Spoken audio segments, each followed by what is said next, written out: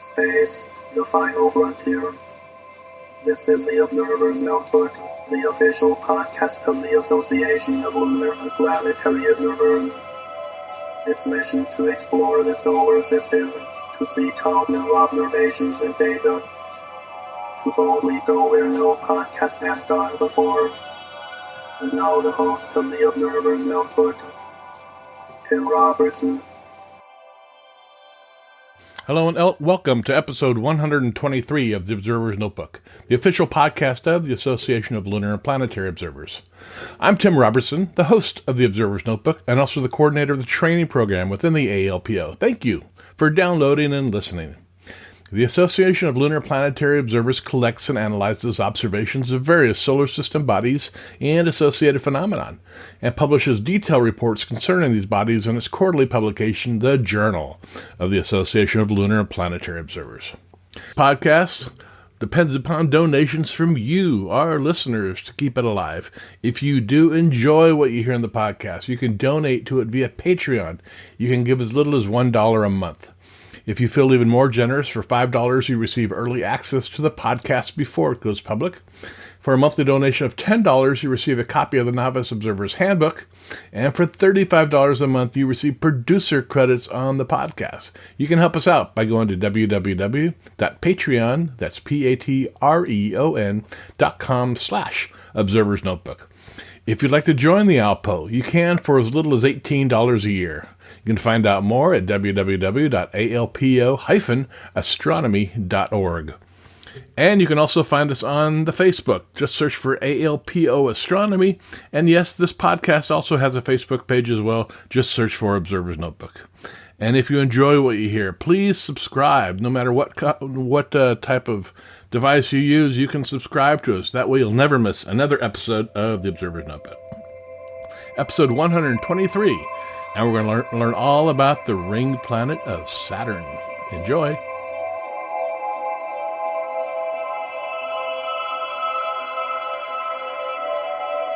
All right, I'd like to welcome everybody back to this edition of the Observer's Notebook podcast. We have with us again the Executive Director of the ALPO and Saturn Section Coordinator, Julius Benton. Welcome back, Julius. Yes, glad to be back. Yeah. Now, we're going to talk today about Saturn, and because it's coming up on its opposition, which means it'll be visible all night long. But why don't you just give us a little bit of background about the Saturn section? Okay, the Saturn section, of course, I've been the coordinator of the Saturn section since 1971, and it's been growing steadily. We have right now, as of this date, we have about 30 different observers that are regularly contributing observations, but it's grown to as many as 70 in some instances. But last apparition that ended back this past January, we had over 430 separate images and drawings. Oh, wow. So far we've got a goodly number of drawings and images so far. I would say we're approaching about 70 images right now, which is pretty good. Okay. And so what type of equipment do you suggest people use to contribute to the Saturn section?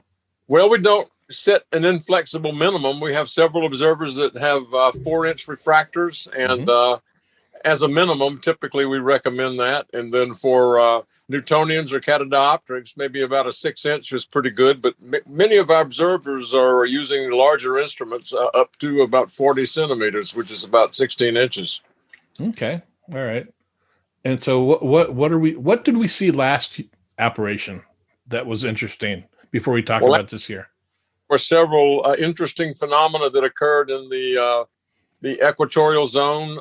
There were some small white spots that persisted for quite a while, and those have continued this apparition.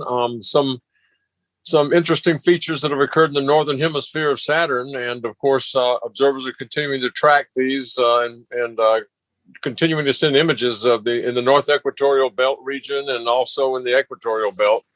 And in the North Polar region, there have, of course, been some spots, white spots and dark spots that have been visible as well.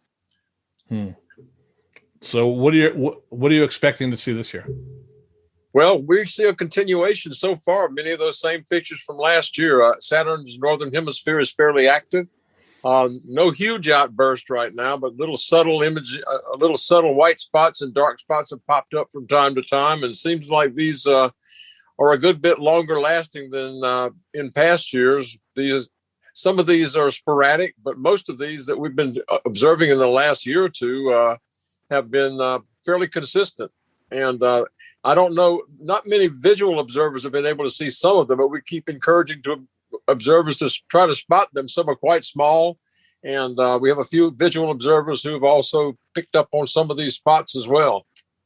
Now, you said these are white spots? Some white spots in the equatorial zone, and also there's a curious white streak in the equatorial band that has attracted a lot of attention. And a few people that have sent drawings internationally have shown that they've been able to capture some of those same features. Now, what causes features like that? Well, a lot of this is caused by actually ammonia clouds coming up through the atmosphere of Saturn, spreading out and looking bright in integrated light as well, no filter, as well as shows up in many different wavelength filters as well. So what type? Okay, so you said some visual observers are seeing these, but most of them, I guess, you're getting from imaging. Yes, true. The very small, larger instruments have been able to pick some of these up, and then observers have been alerted to keep watching for these. Some of the visual observers are starting to see some of these as well as Saturn approaches opposition on August the 2nd. Okay. All right. Now, when observing Saturn visually, what type of filters, color filters, neutral density filters, do you suggest people use? Well, we don't recommend neutral density filters necessarily because it kind of dims the image. But a good supply of color filters of various wavelengths, an orange filter, and also a green filter helps bring out some of the contrast. But a polarizing filter, a variable density polarizing filter, really helps bring out a lot of the details. At opposition, Saturn's rings take on the Seeliger effect, which is a brightening of the rings themselves. And observers can use the polarizing filter to pick up details in the rings and also on the disk. Okay. All right. So you mentioned opposition was August 2nd? Yes. Okay.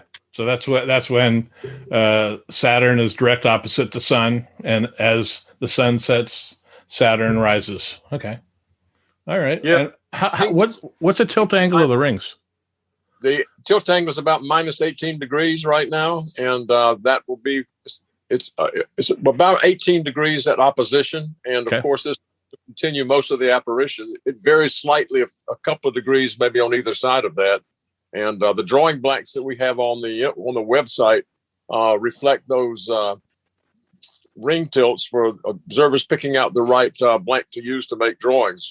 Typically, the actual templates between 18 and 20 degrees that can be downloaded from the ALPO website. Yeah, and I have a link to those in the show notes if anybody's interested in making some drawings and submitting them. So it's already outlined with the proper angle of the rings. Very good. Right, exactly. And there's a certain amount of space on the observing forms to record the filters used, the telescope, the location of the observer, size of telescope, and seeing in transparency conditions in the sky. That's always very important when making observations. It's what the sky conditions were at the time.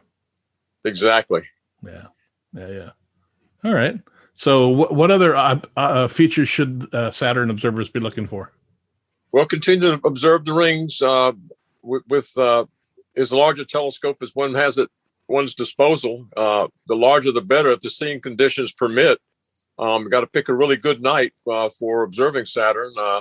It really helps to catch Saturn, when Saturn is high enough up in the sky and not too low down to suffer the consequences of atmospheric dispersion and poor seeing.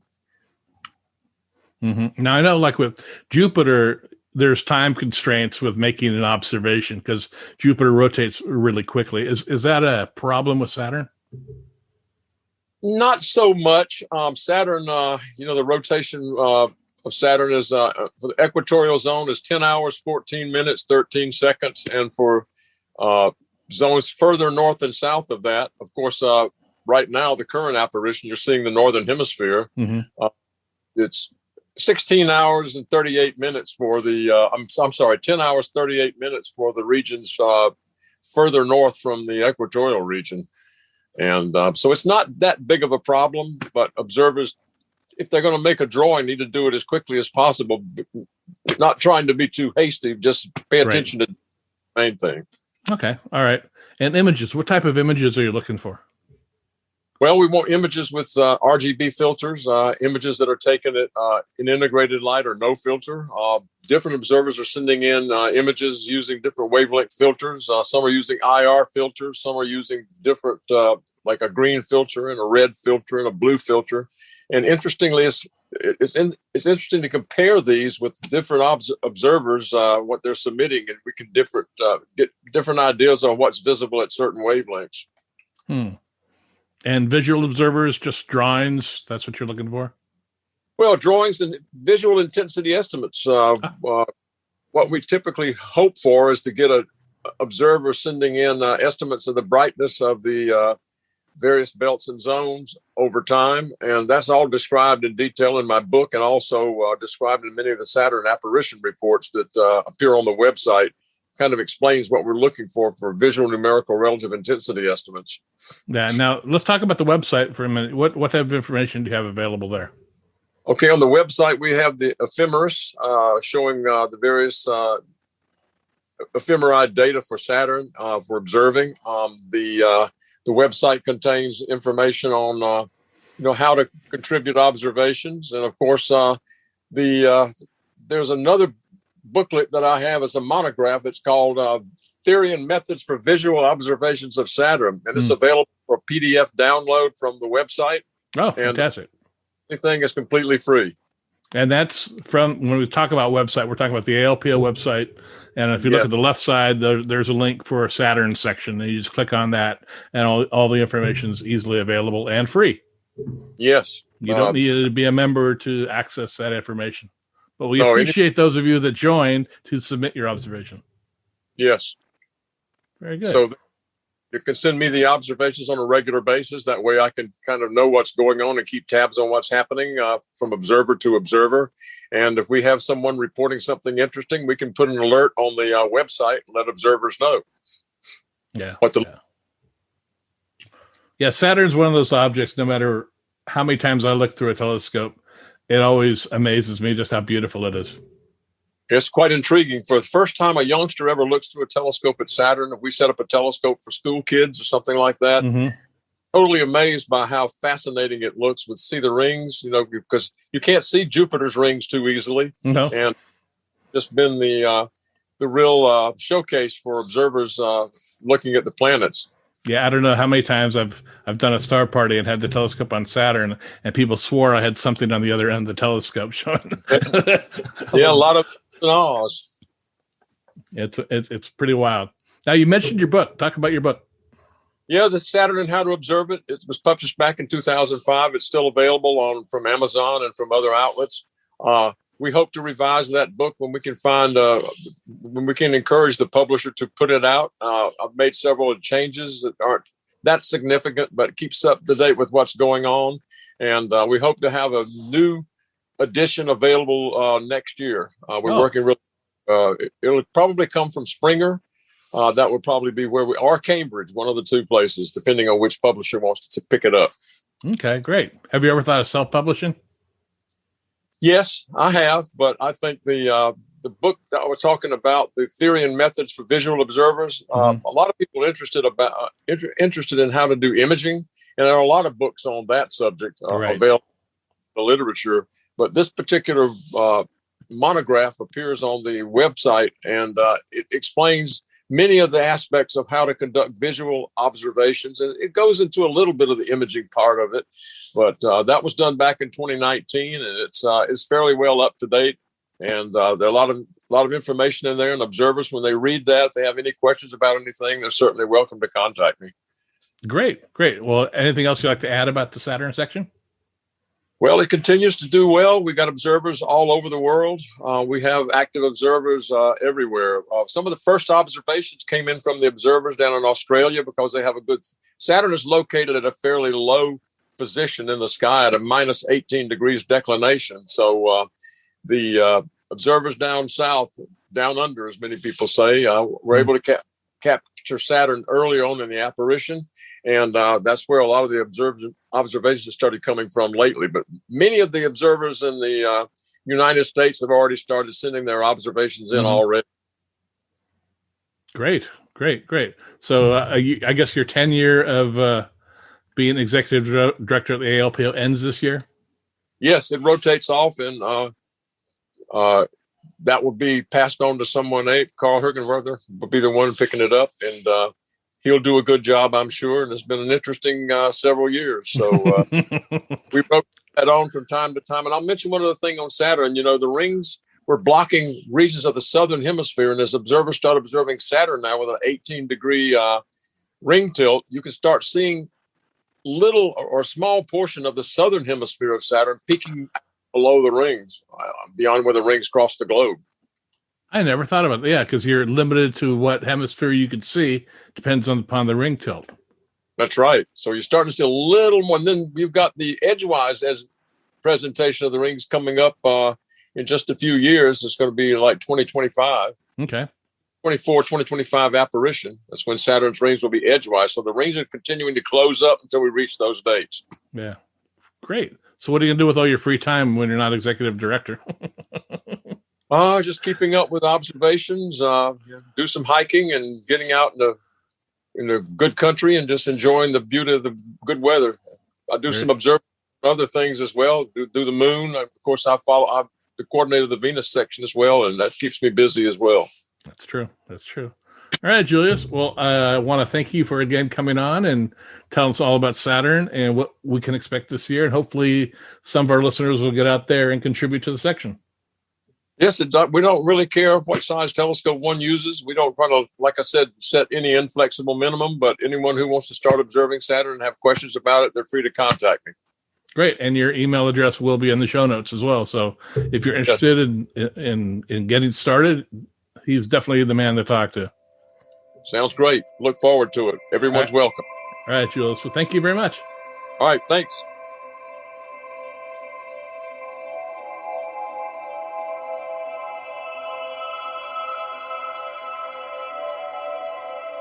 Well, that'll do it for this episode of the Observer's Notebook. I really want to thank Julius Benton for coming on and sharing a bit of Saturn knowledge with us. Everybody get out there and take a look at Saturn this year. It's beautiful. We upload a new episode of the Observer's Notebook on the 1st and 15th of every month. Subscribe to us on iTunes. If you do, please rate and review us. I really appreciate it. And you can also listen to us on Apple Radio, iHeartRadio, Soundcloud, Spreaker, Google Play, Stitcher, and Amazon Echo. You can help support the podcast by donating to it via Patreon. You can give up to $35 a month, where you receive 1 year's free membership to the ALPO and producer credits on the podcast. With that, I want to thank the producers of this podcast, Steve Siedentop and Michael Moyer, for their generous support of the Observer's Notebook. The link for Patreon, as well as the link for the ALPO, is in the show notes. And if you want to get a hold of me, contact me via email at commentman@commentman.net or on Twitter at ObserversNBPod. Until next time, my hope is you have clear and steady skies. Thanks for listening.